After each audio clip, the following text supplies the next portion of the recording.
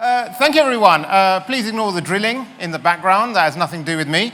So how do we get a secure culture? That's what we're all about, and the steps that we take there. So wouldn't it be wonderful if everyone acted in the right way securely, we had the right processes in place, and no one ever, got hacked.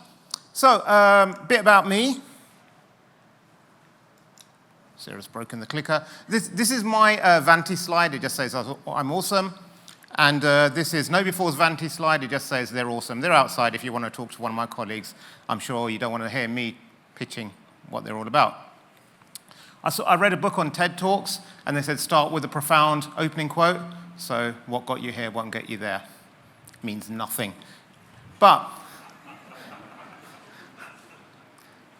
we all know that security awareness works really, really well. We put up a poster saying, please wear your badges, don't let strangers in, and suddenly the next day everyone's wearing their badge and no one gets in, right?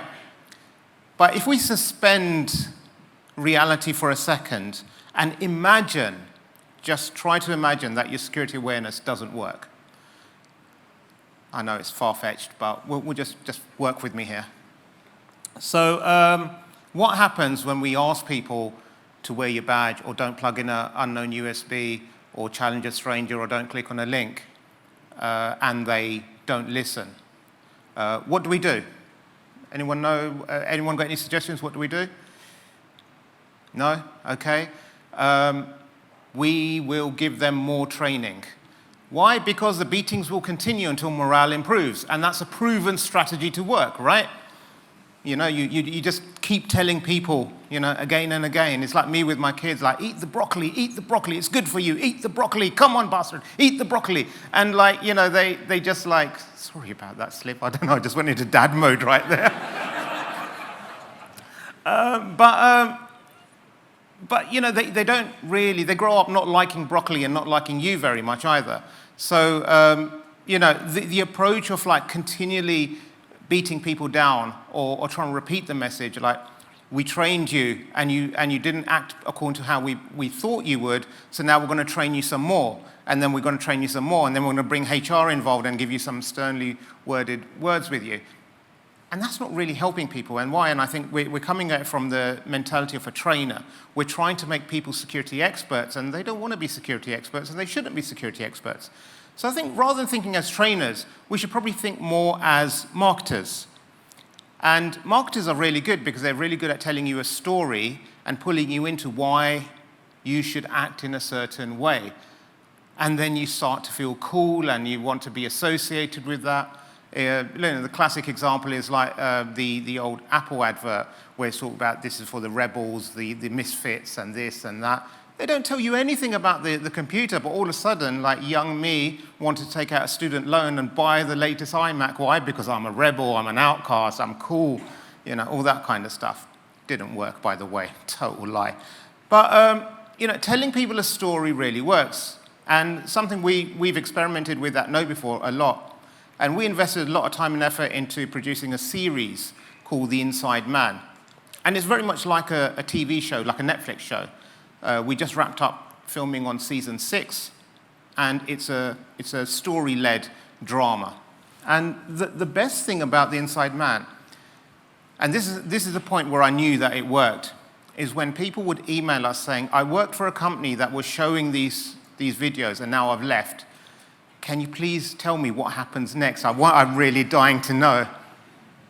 And I was like, that's never, ever happened in the history of my career, where someone's like, you were telling me about clicking those links and then I left. Can you please tell me what happens after that? What's a BEC scam? Tell me, I'm dying to know. No one really asks you. But if you involve them in a story, they really do want to know. But even then, there's this gap between what you know and what you want to do isn't always necessarily what you do. So I know that I should lose weight. And why are you laughing so much? Honestly, it's just an example, okay, I feel really conscious now. Okay, I know I need to lose a bit of weight, and I know how to lose some weight, but there's a gap between knowing, having the knowledge, and actually the doing. And so there's a gap in between. And this is where a nudge really becomes useful. I don't need someone giving me a lecture on like why maintaining a healthy BMI is important or why type 2 diabetes leads to whatever. I just need that little nudge. So what are some of the nudges that you can incorporate in daily life? Have your running kit ready at night. So when you wake up, the first thing you see is a running kit, and then you laugh at yourself, and then you go back to sleep. But no, it makes it easier. The more friction you can remove between what you intend to do and what you actually do, the better it is. There's a few characteristics that a nudge or that cue needs to have.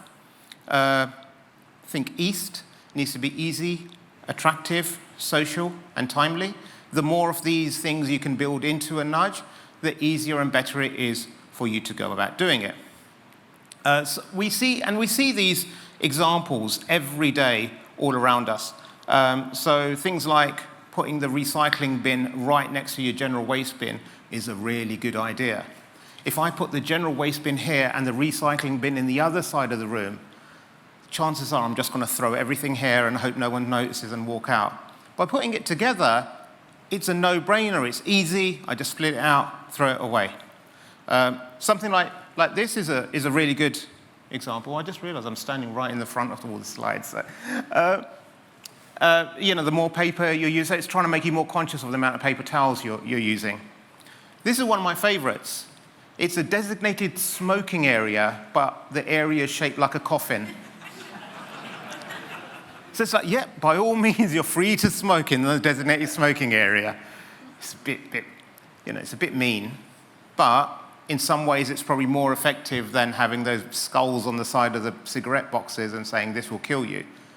It's another way of reminding you. You can be cheeky with your nudges. So, some grocery stores might have single bananas, like, pick me, I'm single. Buy a single banana. Calories on steps. This is how many calories you're burning as you're going up the steps. So choose the stairs instead of the lift. In security, I think things like password meters are fantastic. So this is like you start choosing your password and it starts off as not great, and the stronger your password gets, it goes green, or you get that smiley face at the end. Who doesn't need that? Love that validation. But it proves that you can actually encourage people to choose a stronger password without having a big block of text underneath which says your password must be this many characters long, special characters upper. Look, it just feels like an exam then. It feels really boring. It feels like someone from legal wrote it. But just a simple bar or a sad to smiley face, so easy. It's why in some studies they found that when you're speeding down a road, rather than have a speed camera, if you have one of those signs that has a smiley face and it shows you your speed, that's actually more effective in some cases in helping people reduce their speed. Because you're not enforcing stuff. You're not beating them over the head with a stick. You're like saying, this is your speed, my friend. Don't you want to be a bit more responsible? And we all want to be a bit more responsible at the end of the day. Now, if we build these and we encourage these and we incorporate these into everything we do, we don't just want to influence the individual, because one of the keys about nudges is that they're social. We want to influence those around us. We want our colleagues to make better risk decisions as well. We want our family members to be better. So, that's where culture comes in. It's when we all collectively start making good decisions, then your culture begins to improve. And if you're asking for a definition of what culture is, here's one: ideas, customs, and social behaviors of an organization. But I also like this definition as well. It's not a definition, but you get the culture you ignore. You're always going to have a security culture. Whether it's a good one or a bad one is different. So imagine I walk into my office and I'm not wearing my badge, and no one says anything to me. What am I going to do? I'm just going to carry on not wearing a badge. Who needs the hassle of picking up a badge and, putting it on? And after a while, one of my colleagues or two of them, they're going to look at me and say, he never wears his badge. Why am I the muppet wearing a badge? It's not very cool. So they're going to stop wearing a badge. And over time, you're going to see more than half or maybe all of your colleagues, no one's really going to bother wearing a badge. And that's an example of you created a culture through an action that everyone has ignored. So we want to avoid that. Now, the opposite is true as well. If you start, say, locking your machine every time you walk away from it, every time you go to the water cooler or to the coffee, whatever, you start locking it, you're going to start having an impact on those around you. And your people closest to you will start locking it. And after a time, most people will lock their machines when they walk away from it. And then what happens? When a new person joins your organization, do you need to tell them or ask them, please lock your machine? No, they'll just observe it, that oh, this is the way things are done around it. This is the culture. This is how we should do it. Let's lock our machine and walk away from it. And I think culture change it happens in many ways. And, civil rights movement, like Martin Luther King Jr., really good example. You change the way people perceive, like how inclusivity or how segregation and all that kind of stuff is monitored. And I often joke, like, he didn't come up on the stage and he said, like, oh, I have a 7-point strategy. By Q3 next year, we're going to reduce racism by 37.2%. That's our OKR. No, he just said, I have a dream. Because culture change is made up of many, many factors and many facets. And when you look at culture change, whether it be at the societal level, whether it be at the organization level, or whether it even be in your own lives at home, there are a few things you can do that really help move the needle. So, creating champions in your organization, having people who don't work in security but carry that security message, really powerful. If you get some of your execs to share stories from the top, that is brilliant. Because what that does is that it shows that anyone can be attacked by a social engineer, anyone can make a mistake, but then also, as long as we're open about it and report it, no one's going to get told off. That's kind of a culture you want to do. You want to encourage that culture of openness where people can clearly say, look, I made a mistake, and people don't laugh at them. Consistency is far more important than intensity. So October's coming up. Many people might have heard there's a Cybersecurity Awareness Month. And so we're all going to ramp up activity really all the way to 11. And then we're going to forget about it afterwards. And, that's like running a marathon once and then never going on a treadmill ever again. Intensity is really high for a short period of time, but it's far better just to do like a 5K twice a week or something. Choice architecture, design your systems in a way that makes it easy for people to do the right thing. The more friction we add, the more obstacles there are in place, the harder it is for people to... So multi-factor authentication, who agrees it's a fantastic control? Okay. Who thinks it's the easiest control to use in the world?